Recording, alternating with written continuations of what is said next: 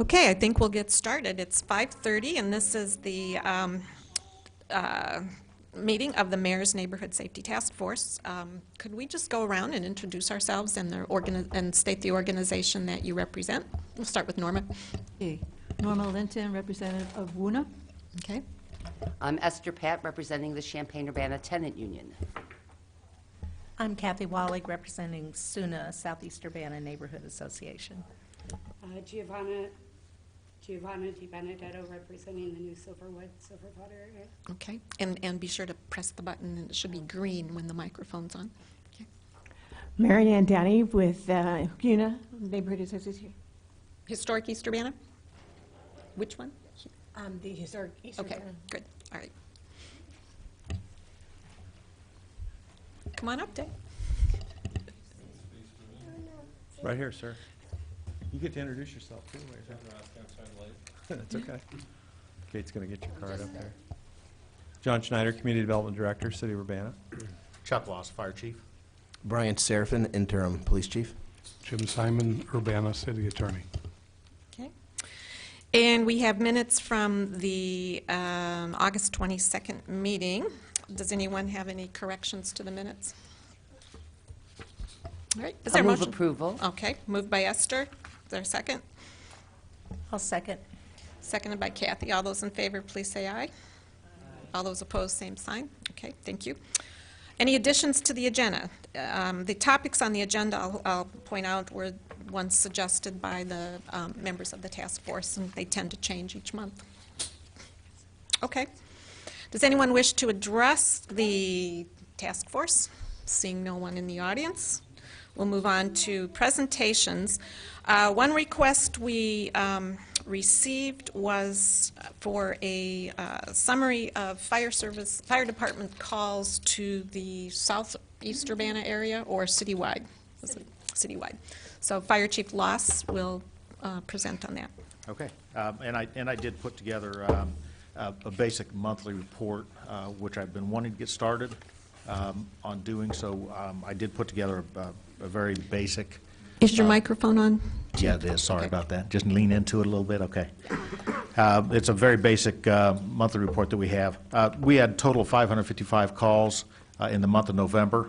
Of those, Station 1 had 187 calls, 5 working fires that included structure fires, transportation vehicles, which was a semi-truck and trailer fire that we had. And then we had a rail yard fire that they participated in as well. 117 of those were fire and other calls. Some of those other calls included hazardous material calls, lifting assistance, carbon monoxide fire detector calls, just a lot of other calls that we would have that we would be paged out on. So 117 were of that nature. 70 of those were EMS calls, which is pretty common. About 80% of our calls run in the EMS side of things. Station number 2, 186 calls as well. 121 of those were that, again, that fire and other call related, which dealt into those emergency calls. 65 were emergency medical calls. One of the things I did do is it's difficult for us to delve into the software as it is right now and find the overdoses that we've had in each monthly calls that we have. So what I did is we went back and we read through the narratives and tried to read each narrative of the 186 calls that we had to try to identify, at least in one area, some of the overdose calls. This was the area that we did identify. We had 4 overdose calls in Station 2's district that were identified by us as giving Narcan in those calls. Station 3, 77 total calls. 53 of those were fire and other related calls. 24 were EMS, or emergency medical calls.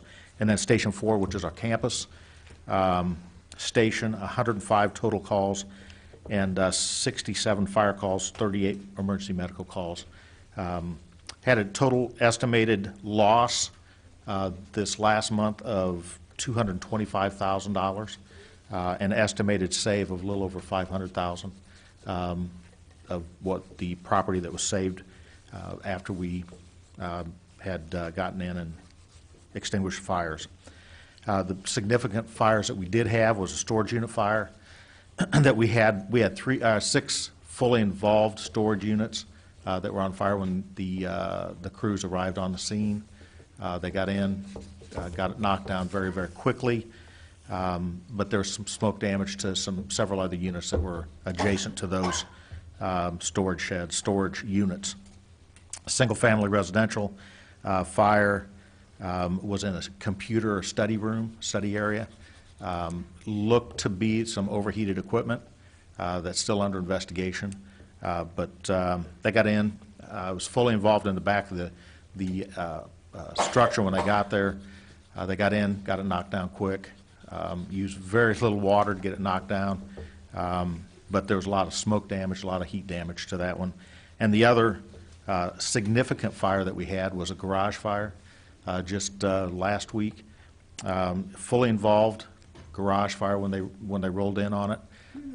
There was a little bit of delay hitting the fire because when we rolled in, the report was that a female resident was still in the structure. So our crews went in immediately, did a search of the structure to make sure that everybody was out, located the female resident in the backyard. She and her dogs got out of the structure. Nobody was injured, but it did do a significant amount of fire damage to the garage and a lot of smoke damage into the house. So that's kind of the wrap-up, a quick wrap-up of our monthly report for November. Any questions? Kathy? Thank you for that. I have some bet. questions about technicalities on reporting. Mhm. Okay, and perhaps our interim chief can pop in here. So the Urbana Police Department does media reports. They call them media reports. It's a really condensed digest. Sure. And they're posted about every 12 hours, sometimes 24 hours or so online. Is it difficult for the fire department to do the same thing? We could probably put something very brief together. It just takes the staff hours to get that done.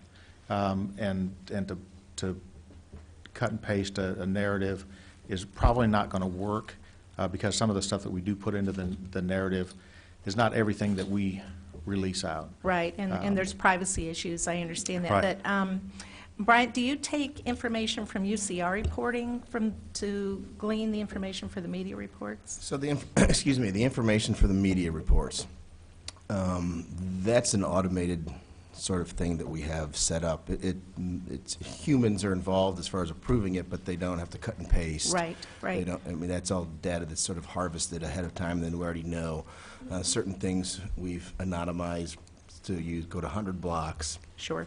And those particular things. And yes, all the incident codes would be like UCR data type codes that we use.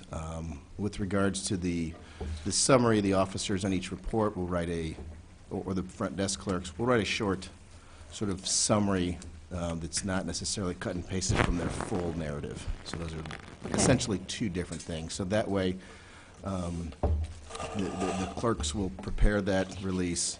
The sergeant will give it the quick once-over to make sure that it's not something that we need to hold back for some investigatory reason or something, and then those are published. But again, it's a fairly automated system, and that's the same system that feeds crime mapping application, crimereports.com. Crimereports.com. So then it's put in another slightly different comma space variable computer thing, and it shoots out to crimereports.com, and that's what populates the map. Okay. So, Chief, when you do your national clearinghouse reporting, do you do that on a daily basis? Monthly. Okay. All right. As I told you in I think my email with the mayor, I was really concerned about the overdose issue. And you were able to glean 4 that you're aware of where the Narcan was administered.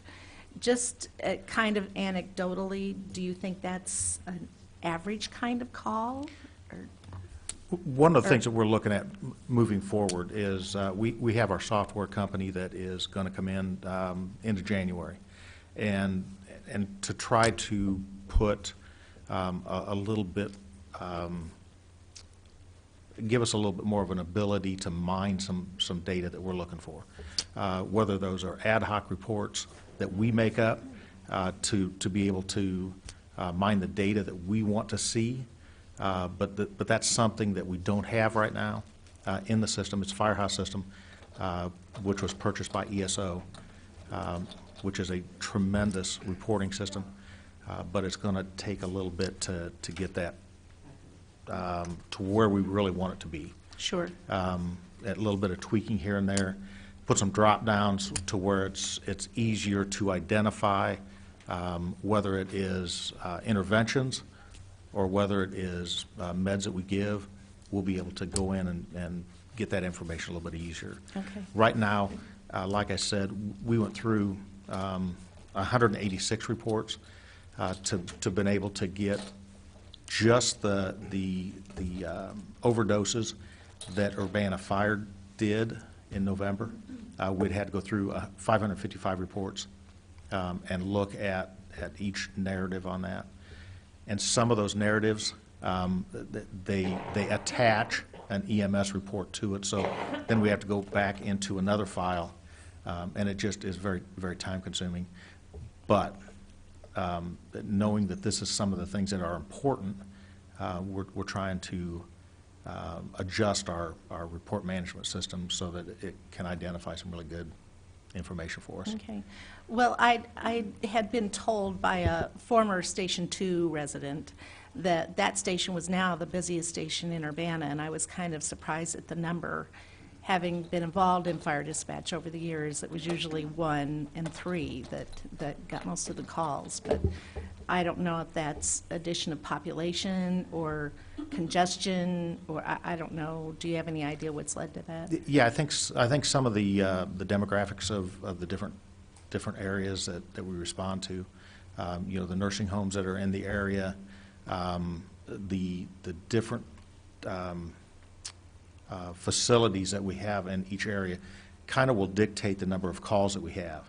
If there are places of assembly, stores, things like that, believe it or not, as far as EMS calls, there's not as many as what there are in residential areas. So Station 2 does respond to a lot of the residential, whether it's single family or multi-family residential. They do respond to a lot. And they were within 1 call of Station 1. Station So- 2 is the Philo Road station. Yes, I'm I'm sorry. sorry, I Yes. should have clarified Sorry about that. Sorry. Okay. Yeah, Station 2 is on Philo Road, Station 3 is on Lincoln, and of course, Station 1's here, and then Station 4 is on the University. Okay. Thank you for doing that. Oh, no problem. Mary Ann? I wonder if you feel that you have adequate resources in regards to overdose antidote treatment and/or training for that kind of call? One of the things we're continuing to hone our training. You know, we're continuing our EMS skills. We continually work on our EMS, again, because, you know, 70 to 80% of the calls that we go on are EMS calls. So we're really working on to make sure that those skills we stay on top of the game, as well as with the other things, the hazardous materials, the technical rescue, the fire suppression, you know, training with other departments, with the law enforcement, our neighbors. So as far as the training goes, yeah, we're continuing to stay on top of that. The Narcan is something that I think over time, because of the heroin that we see on the streets, we continue to look at making sure that we have plenty of Narcan on hand, and it hasn't slowed down. No, I mean, it's across the country. It really has not slowed down. It continues to be a concern.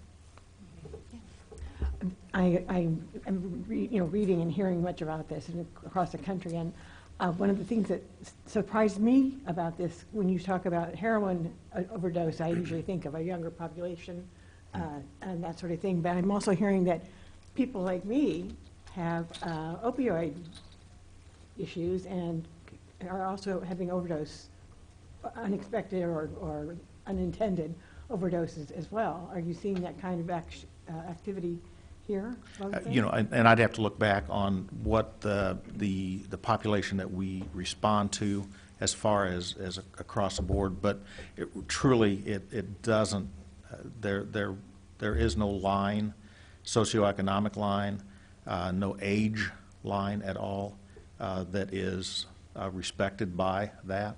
We see it across the board, no matter, age, gender, race, socioeconomics. We see it across the board. Mm-hmm. Thanks. Any other questions for Chief Loss? I guess, yeah, just out of my curiosity, if it's an EMS call, is a fire truck sent out or an ambulance? Yes, to both. We're a tiered system here in Urbana, and a tiered system is that the fire stations are strategically located within the community. And they're located strategically so that they're in neighborhoods, they can respond quickly, and if by chance that the transport agency is out on another call, you have the fire apparatus, whether it's truck, engine, that responds to those calls. There are a lot of times we respond simultaneously, and because of the nature of the majority of the calls that we see, having those extra hands at the call is a tremendous amount of help, tremendous amount.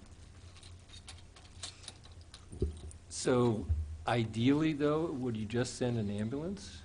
No. Ideally, to be able to have the resources on the scene, to be able to mitigate whatever that incident might be, that medical incident might be, is to have them there as quickly as possible. Cardiac arrest, just using that as an instance.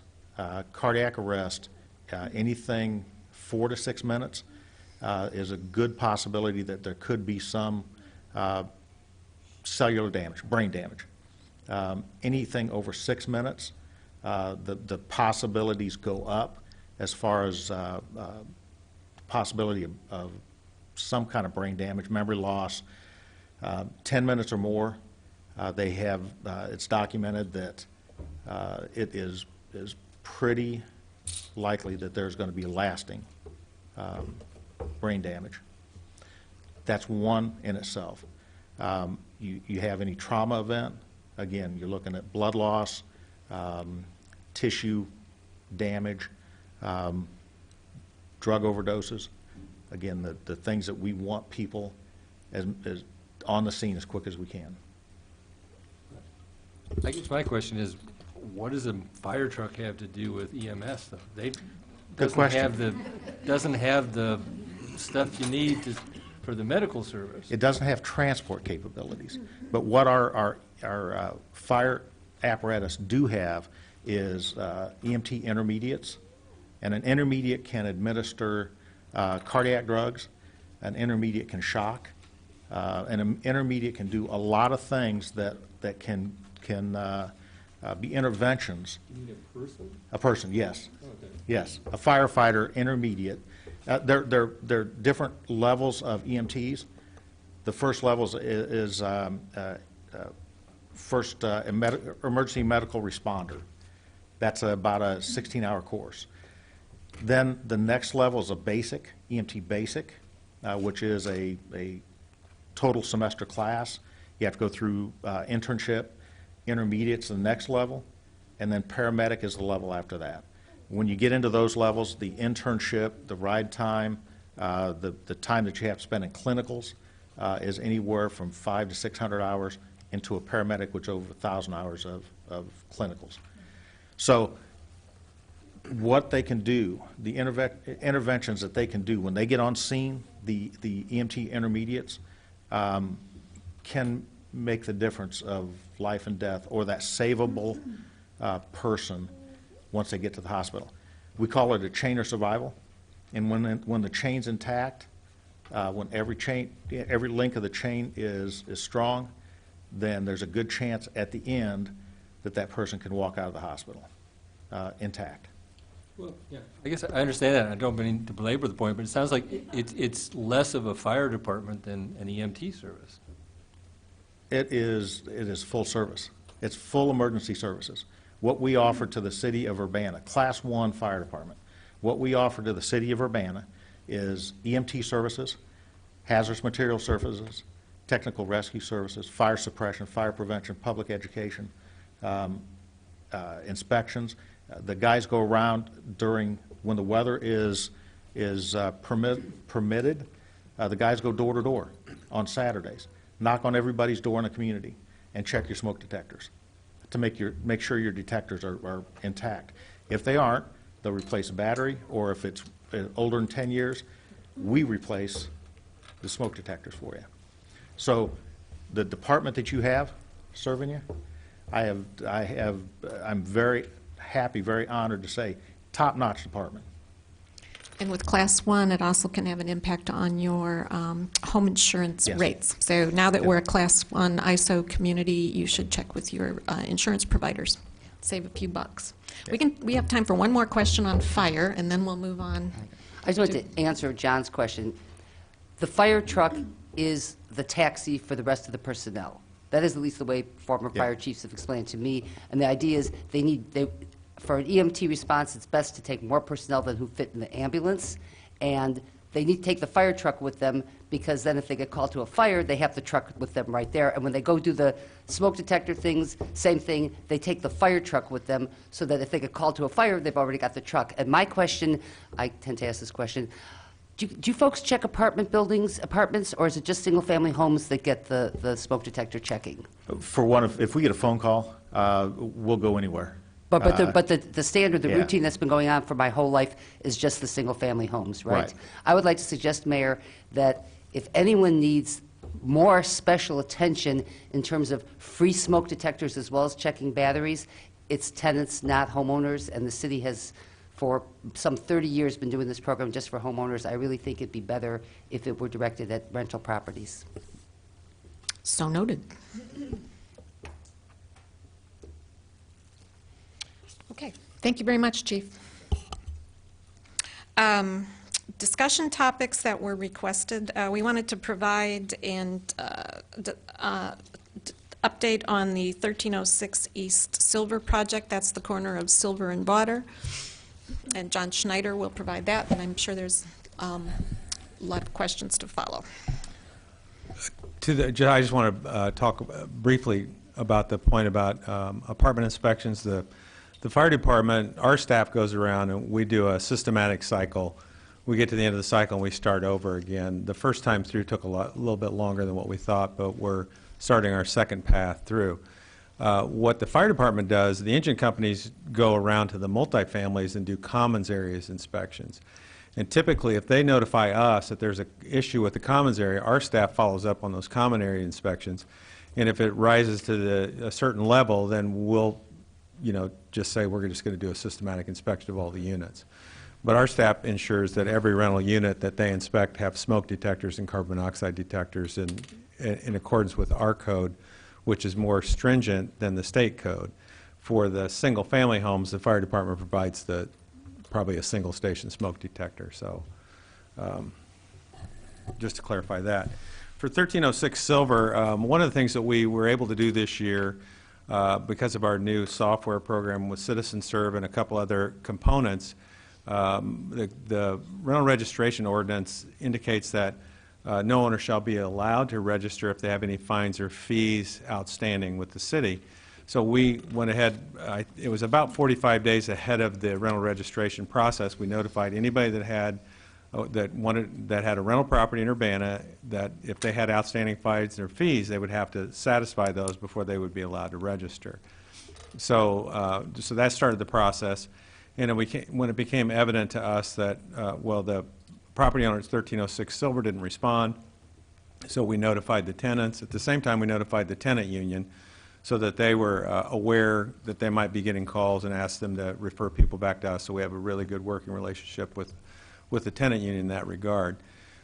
So what happened was the owner did come on the last day and paid the fines and fees. And then we established in a form of agreement with them that we would inspect the property, all the occupied units first, and they would have a specific amount of time as allowed in the code to rectify any code violations. And if those weren't rectified within the timeline, we would basically deoccupy the building and indicate that the building is not approved for occupancy. We have, now we have 3 units that are now occupied. The rest of them have been indicated with a red ball that says not approved for occupancy. And they've been notified as to the timeline for repairing the code violations in the common areas. And then we have inspections scheduled for 2 of the units, and to date, one of the units has not responded to our attempts to contact. So one of our housing inspectors goes out there on a regular basis, has gotten to know the tenants. If they respond, one of the challenges is people don't come to the door. You know, we post things on the door, we send them in the email or in letters. If we have email, we notify them that way. If we have phone contact, we notify them that way. But as it stands, so 1306 has 3 units occupied and the rest are not approved for occupancy.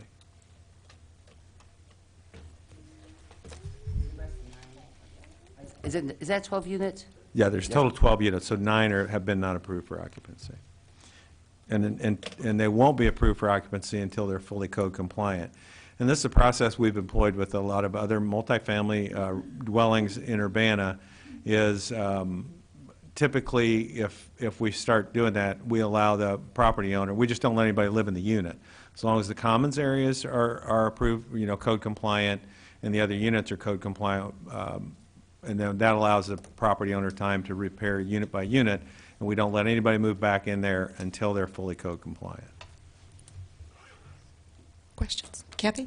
I guess I am frustrated with our codes. I don't know if it's our codes, I don't know if it's our personnel, I don't know where the problem is. That 1306 has been, for anybody who has kept an eye on it, has been on the decline for many years. I guess my first question is, one, when was the last time anybody was in or around that building? And secondly, what can we do to change the rate of response for issues in a building like this so that they don't get as bad as they are now? I think that the time is the frustration level. What do we need to change? Well, I don't know if I can answer that. I do know that one of the things that we changed a few years ago was we instituted a ticketing process where a failure to comply ticket, we followed that process with this property. To answer your question, last time somebody was in that property, Nick Hansen was there yesterday, and I think you were there and saw him there, and he did Nick Hansen has gone, one of our housing inspectors, has been a regular on that property. Okay. And we also have Jason Aerosmith from Nuisance that has been there cleaning up nuisances and things like that. So we're regularly there, and with respect to the code and the law, I mean, I'd have to defer to our city attorney if you have any specific questions on that. Because what we do is we follow what the code says, we write tickets, then we follow that up with inspections. If a property does not reach the threshold where we can condemn the property, I know that was one of your questions in an email, it has to reach a certain threshold, and I know a lot of people have opinions about what that threshold should be, but we're constrained by minimum code standards, and if people meet the minimum code standards, you know, that's the most that we can require them to do in accordance with our code. Anything beyond that will be a different issue, and that's when we turn it over to legal. We always follow our legal staff's advice on how to proceed and increase how we can get them towards compliance.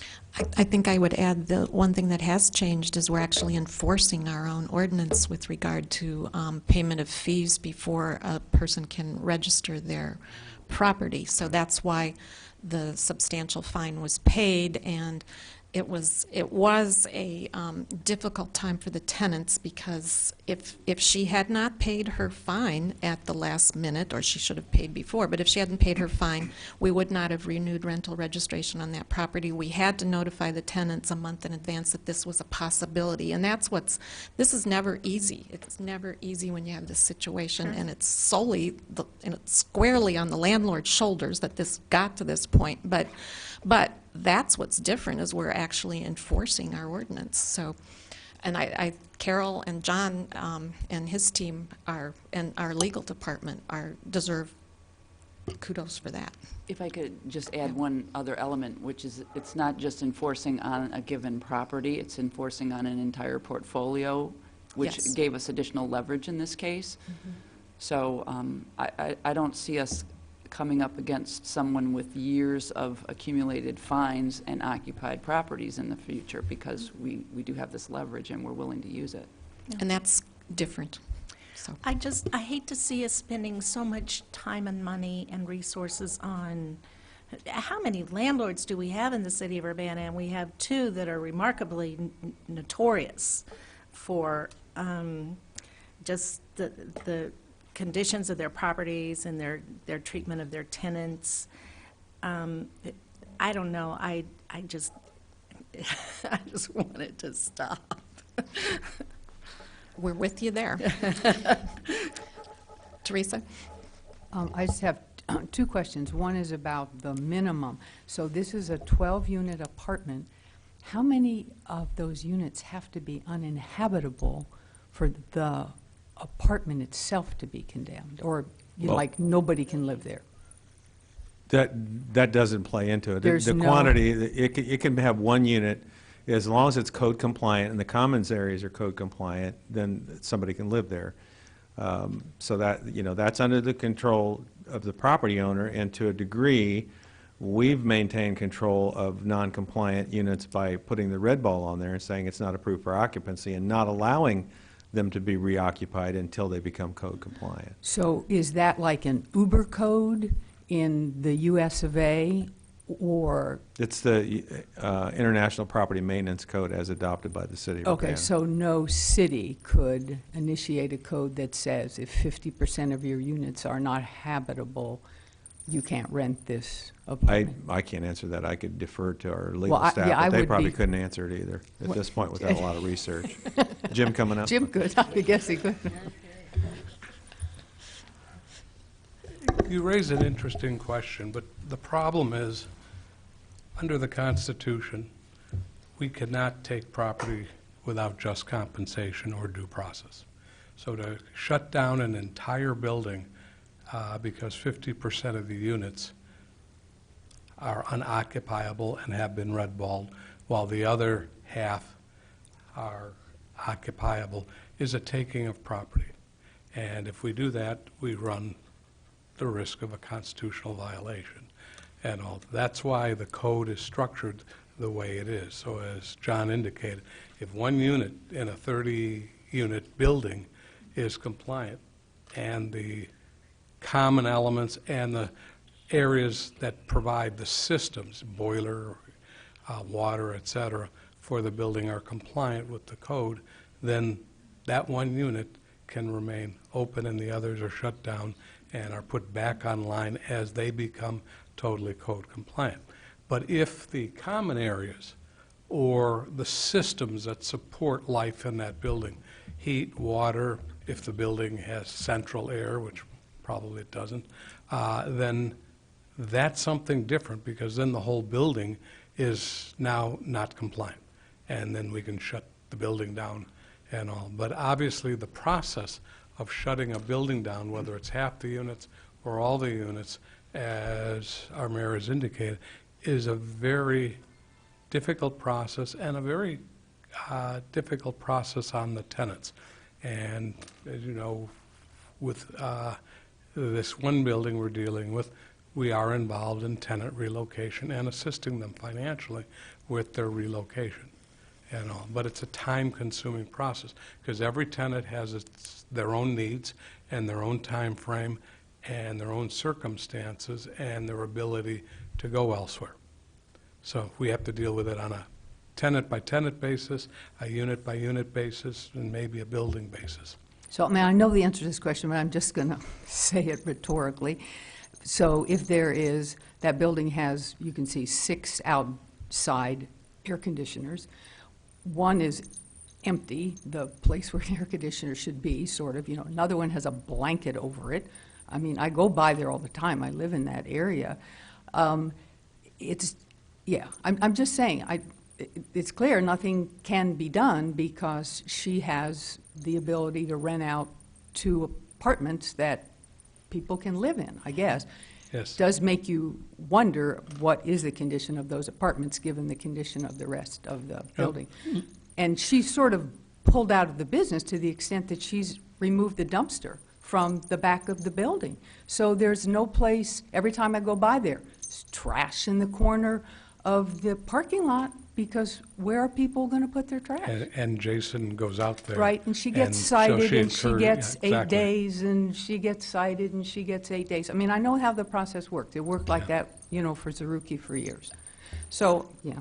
Let that's- me address, you bring up kind of tangentially, and I think Ms. Wallach brought up a question, or somebody brought up a question about why does it take so long to address some of these properties? We can't do anything until we are put on notice as a city that there's a problem with a property. If it's a problem with the common area of the property, our inspectors have the right to go in. If it's a problem with a unit or a group of units, the tenant has to let us in and has to be there to let us in. The tenant cannot say, well, my friend over here will let you in. Then we get into basically Fourth Amendment search and seizure issues.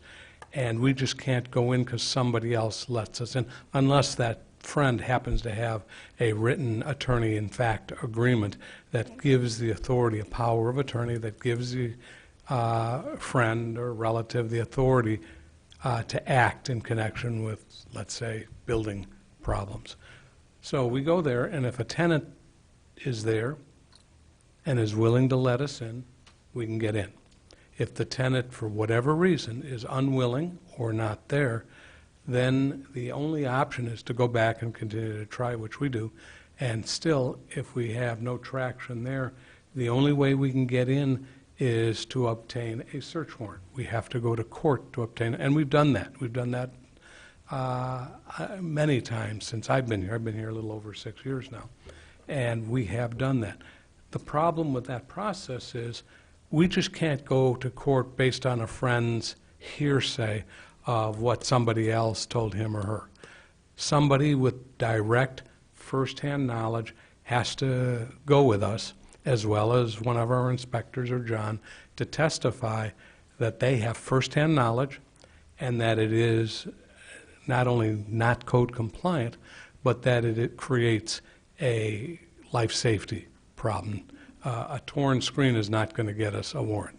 A lack of water, heat, light, some other fire hazard, that's going to get us in. But we need either the tenant to let us in or somebody with firsthand personal knowledge of the condition, and then, of course, our inspector or John, who can advise the court as the seriousness. And as I say, we have done that. To get the ball rolling, oftentimes what we need is a complaint from a tenant, and it's unbelievably difficult sometimes to get a tenant to file a complaint with the city. Yeah, they're put under... Dealt with a case today, which was unbelievable. Yeah, they're put under duress. There are landlords, as we all know, in the city who say, if you complain to the city, I will evict you. Which is against the law, but Which is against the people law, but they do it still- anyway. I mean, it is against the law to do that, but if you're behind on the rent, it's not against the law for the landlord to evict you for non-payment of rent, which is the No, number one but not reason- for making a complaint. No, but if you about the make a complaint to condition. the housing inspector and their motive is retaliation, which is, the retaliation's unlawful, but the practical matter is, if you're a tenant, you need to be current on your rent if you don't want to take a chance getting the inspector. And also, there's a whole, well, maybe John can address this better, but on the month-to-month tenancy, if a landlord A landlord has the right to give you a month's notice whenever they want to move out. If they just happen to give you that month's notice to move out after you get the city inspector out, are you going to be able to argue retaliatory eviction, or is the court going to say, well, they had the right to terminate you on the month's notice anyway? Though, I mean, I have problems getting people to file complaints when there's no reason they should be afraid, but those are the two reasons that I know that people don't file complaints, is because they don't want to get evicted because they're behind on rent, or they're not at all in the wrong, but they just don't, they're on a month-to-month lease. And Housing Authority of Champaign County, for whatever reason I don't know, has decided that nobody gets a year's lease anymore. If you are a tenant with a voucher, you get a year's lease for your first year, and after that, Housing Authority just has to go month to month, which is lovely for the person who wants to move, but it stinks for the people. Well, and then that's the problem, is when I get voucher holders, they should call the city inspector to get the work done, but if they're on a month to month, the landlord might just kick them out, and that's like 10 times harder for them to move on a 30-day notice, because Housing Authority won't approve a new place in 30 days, and so it just puts the tenants at jeopardy for getting sued and evicted by the landlord for holding over. I mean, it's a really tough situation for tenants, and they need more support from, well, definitely I wish you'd do something with Housing Authority, but it would be the city's systematic inspection. That is an advantage of it, is that the city has a reason to go in without having to rely on tenant complaints. That's what makes Urbana better than a lot of other places. But I guess you're talking about, like, if a homeowner calls and says, "Oh, go," that you can't go in on that, and you couldn't get a search warrant based on Teresa Michelson or Esther Pat says there's something wrong with it. You got to have someone who's in the building saying, "I saw X," right? For a warrant, absolutely. But if a neighbor believes there is a problem, they can bring a complaint, and we will go out and look at the common areas. We may knock on a door, but if we are not allowed in, now we got to go the search warrant route. The other problem that is how the tenants approach this. If they have a problem with their unit, their first thought or recourse is, well, they may not literally go through this mental process, but I'm going to make it financially problematic for the landlord. I'm going to stop paying my rent. Why should I pay for rent with these kinds of conditions? These are awful conditions. Now the landlord, as Ms. Pat indicated, has the right to evict for non-payment. So the instruction needs to be to tenants, continue to pay your rent. If you are constructively evicted, meaning the landlord creates a condition which is untenable, heat, light, water, those kinds of things, serious fire threats, they should be able to get their rent back. Now, the process is sometimes, whether it's responding to an eviction or initiating an action in court, most tenants on their own certainly not equipped to do that, and so they have to go to a legal aid. And I'll be honest, I'm not familiar with how extensive legal aid is down here. I know up north where I'm from, there are a number of legal aid societies that help. Well, John can talk about that. That's what he does. Ah, there you go. We certainly exist, and people are certainly welcome to come to us. Good. Excellent. If a tenant wants to sue their landlord, you can't help them. You only help them when they're being sued, right? Mostly. Yeah. I mean, occasionally. It's rare for a tenant to come strictly wanting to sue the landlord. It's usually when they come to us about an eviction. But we could. Or it could come up where the landlord seeks to evict and the tenant says, "I want my money back." This is constructive eviction. You may have a right to evict me, but you have forced me out already because of the conditions. And if you all are available to raise that argument, obviously, at least if the facts are present, I'm sure you all would raise that argument. Well, we want to be mindful of the time. Giovanna, any more questions on 1306? Or Yeah, silver water? Yeah, 1306, I'll just address while we're here. So one thing, first of all, some of the issues that you guys are talking about as far as what the tenants need to understand, if you look at that area and those specific apartments, most of what you're dealing with are residents who are talking about a low education, we're talking about mental health problems. They don't understand their rights, and you're not going to get them. That's just a slow process. 1306, I have personal experience. That was my first apartment when I moved into the area. I was the first one to start making phone calls, so Kara does not like me very much. But so that building's been a problem for 2 years. I've been here for about 2.5 years now. And honestly, that's a building that, as a resident there and as a leader in that community, I get 2 complaints: Paul's buildings and her building. Her building, that's their major issue right now. Everyone is, the 3 residents you're talking about, one is a lifelong heroin addict in the area who now Paul has rented to. So we still, we're moving people around. And, the money that she just paid off, and I agree, what can we do? That money, she could have had that building fixed. Sure. And so it's, what I'm being asked and what I was asked to find out tonight is, I think 2 out of those 3 residents have now moved out as of this week. I know one moved into our building and Becky moved, but the one that's left, he doesn't pay rent anyway, so there's issues there. So I've been asked to find out a timeline and then what can be done. That property is just going to sit and be an eyesore. I know my group has some ideas for that down the road, but residents are asking, we don't like this, which is really funny considering some of the things. But I know from personal experience, guys, I had to move because I would be eating my dinner and the bugs would crawl into my food while I was eating. That's what you're living with over there. I had to move because my kids almost got taken away from me because of the condition of the apartment. And so, between my knowledge and other people's, with one person, as far as we know, left in the building or close to it, what are we looking at as far as finally being able to do something with that particular building and area of land? Want to take that? Well, I can try to answer it. It's owned by somebody, and, there'd be a legal process we would have to go through, so I can't really provide any idea on what we can do going forward other than what we can do, the city can do. And I articulated that earlier, that we're going through a process. We are scheduled to inspect 2 of the units on December 11th, and the commons area has been inspected.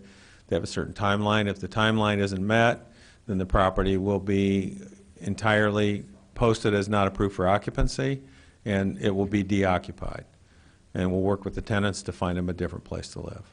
And hopefully, at some point, the landlord will either decide to invest some money if she wishes to generate money from her building, or she'll sell it.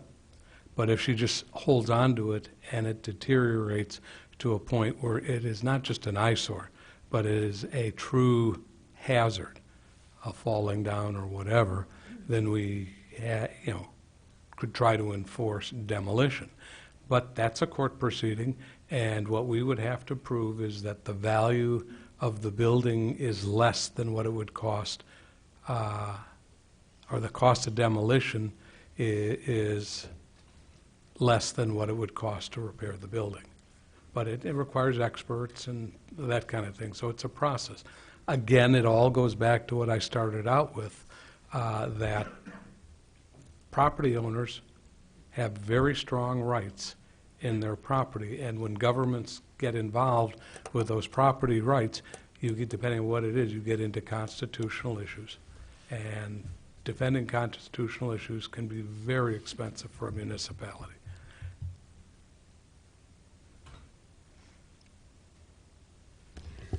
Okay, yeah, well, I'll relay all of that, so thank you, and I'll be in touch with the other information that I have, because we do have someone that, there might be a solution over there, so with the group that I represent, aside from the neighborhood, so thank you.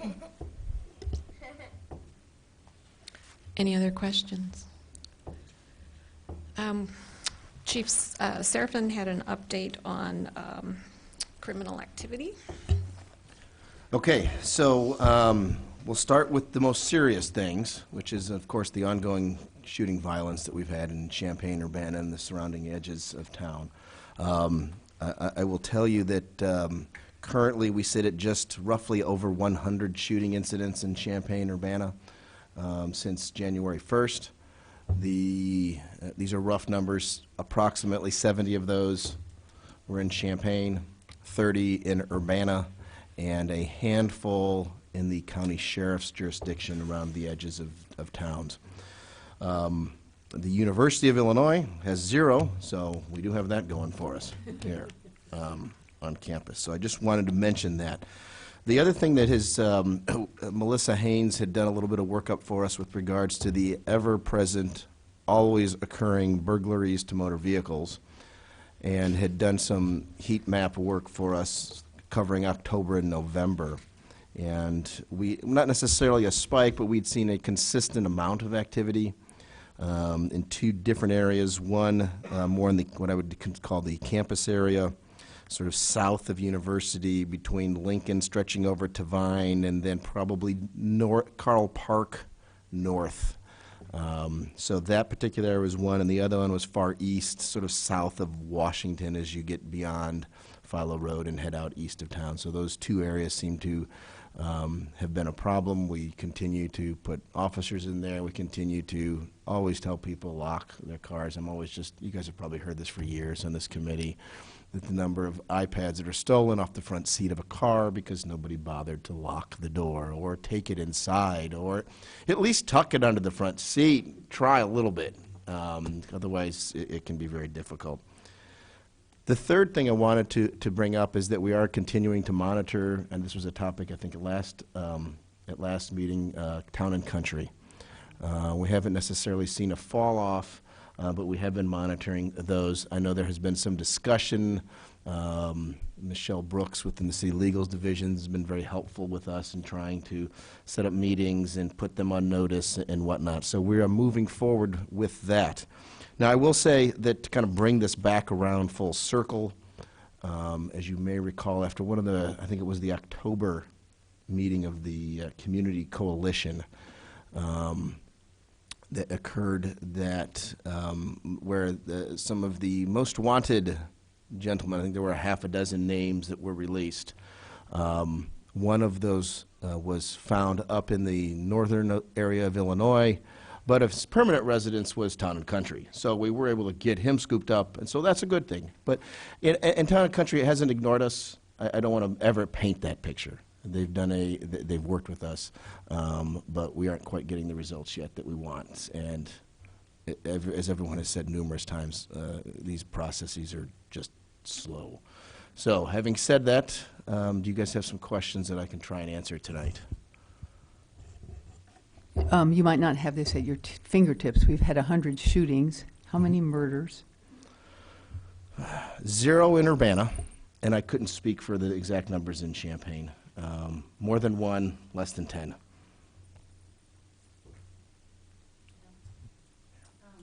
have a friend in Champaign whose son was murdered in August. They still have not arrested the person who did it. There were other kids that was right outside her home, and witnesses and such. And I wonder if something like that, because of the neighborhood or something, it's not going to get brushed under the rug, and there's still active work being done to try to get people to come forward and find who did that and bring them to justice.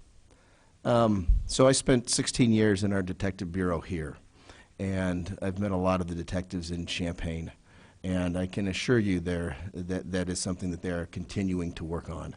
They have one of the issues that we always struggle with in these situations is to find and glean information from people who maybe haven't always had the best relationship with the police or are distrustful of the police.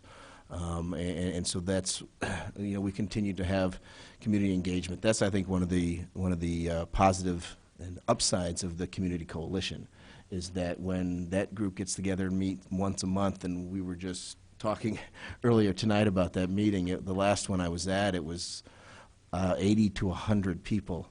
And when we get a chance to sit and get a chance to ask questions, or they break up into small groups, and we have some of these discussions that hopefully that helps to break down some of those barriers. I'm not going to say that it works all the time, that it's a perfect system, but clearly we need that community involvement. And sometimes things happen where somebody finds themselves caught up in maybe some trouble. And so there's exchanging of information, and there's a variety of things. But I can assure you that it's the Champaign Police Department has not swept that under any rug.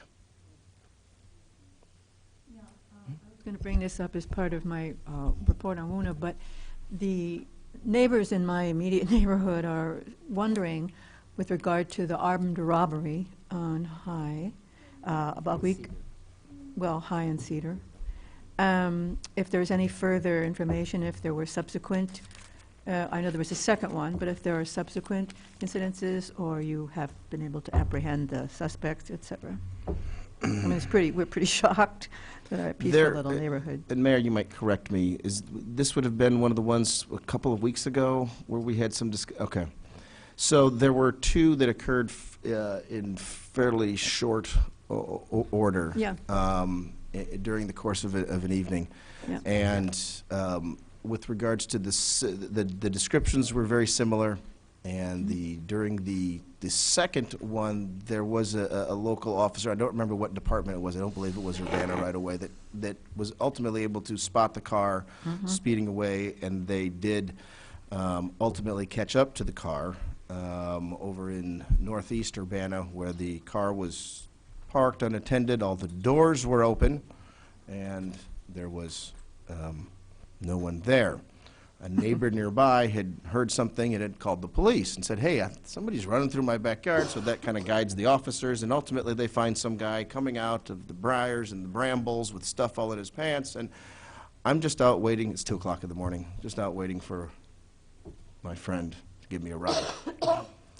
Ultimately, as the officers investigate, they did make that there was an arrest made in that incident with that young man who was from the Danville area, and I don't know, the investigation was ongoing, and I don't know whether they were able to sort of parlay that young man's statement into further, but that was one that was it was fortunate, and we were very glad that the officers had been able to work that, which I guess leads me to, I guess, one other one, that a good feel-good story for this particular group is that we had up at on North Lincoln, and I believe it was Capstone Quarters. They'd had a robbery on there.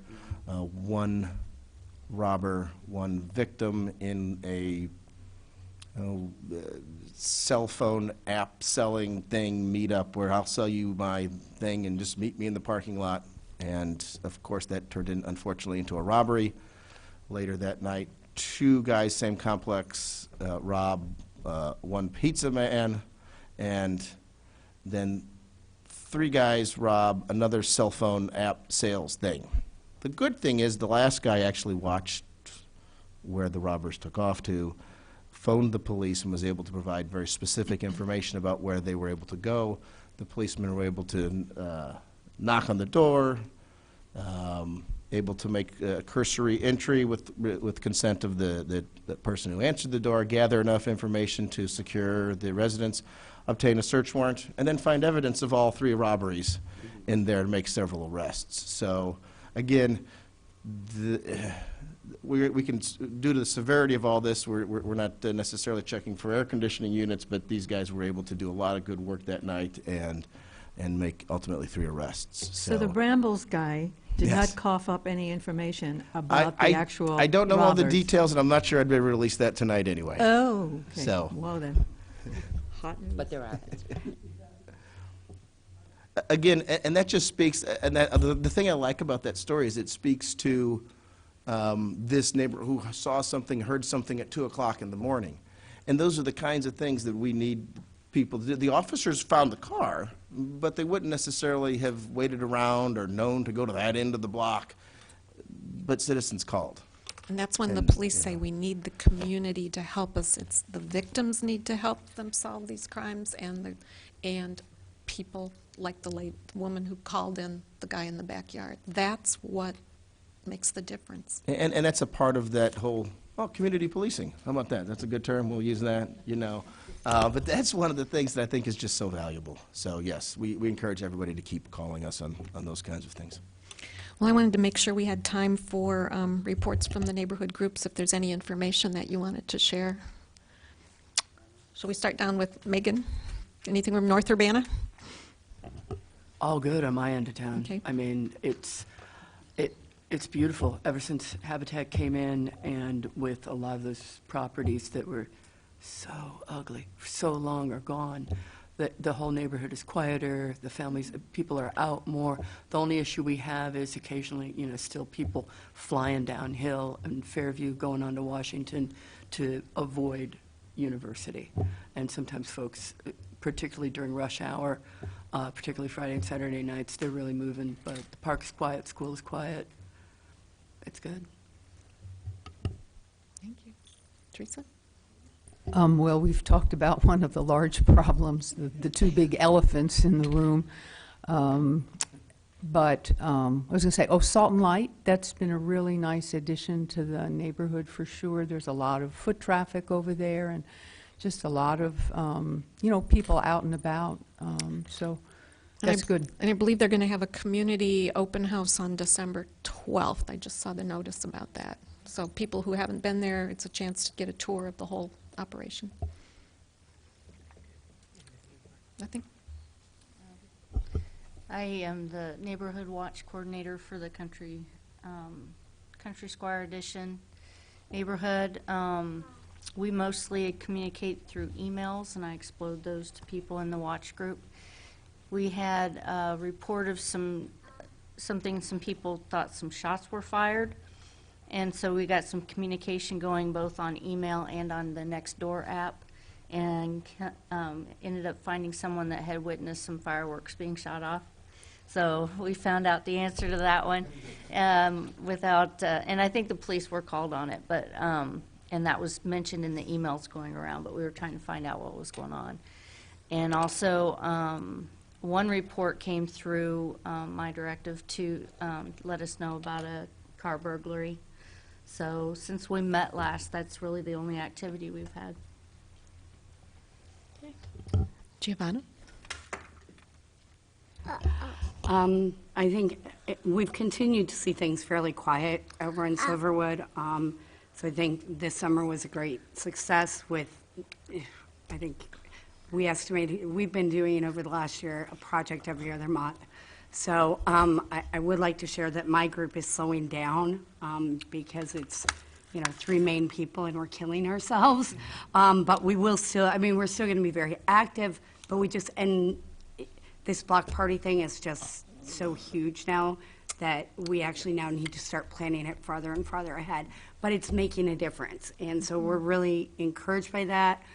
Feedback in the community overall has still continued to be really really good. People are happy.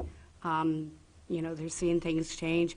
Aside from the other elephants, there are two main concerns.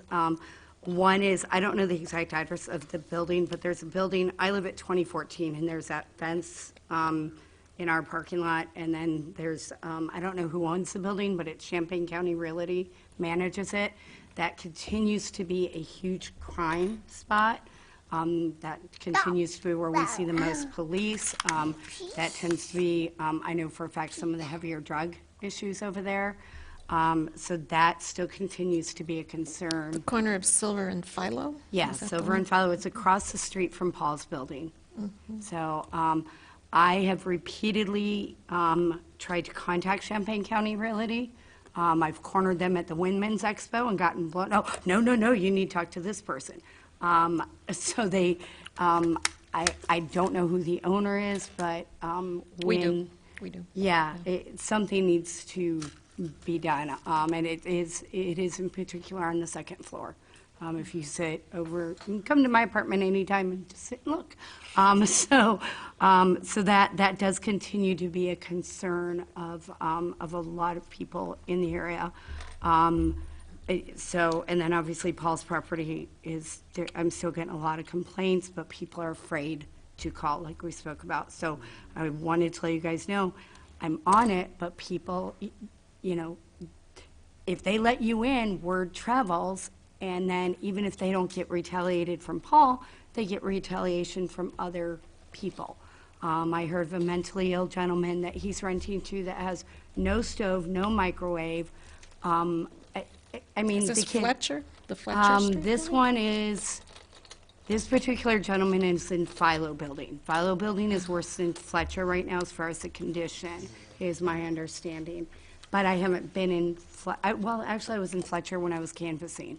Philo, it's a little bit more difficult to get in because it's off and on, whether or not it's locked.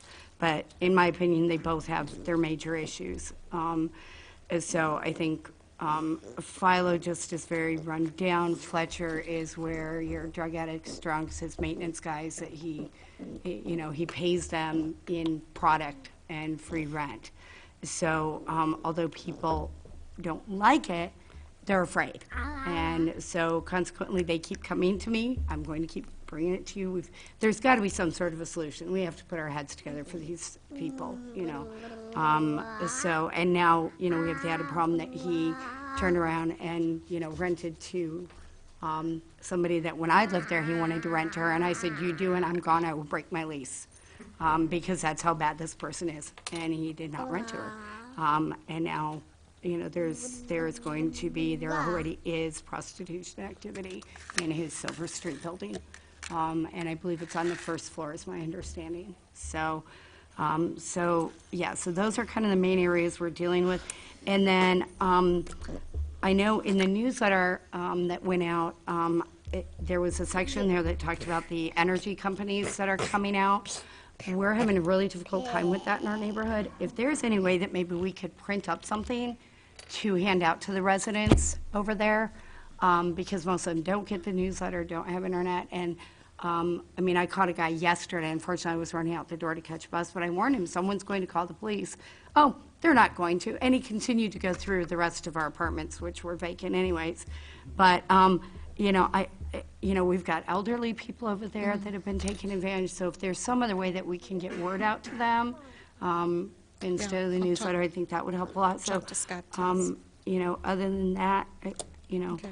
I think they're starting to improve. We're really happy with Orlando. H&L Property is, they fixed up the whole one building and are now in the process of renting that out. So, I rent from them now, and I've been very thrilled with them. So, some improvements.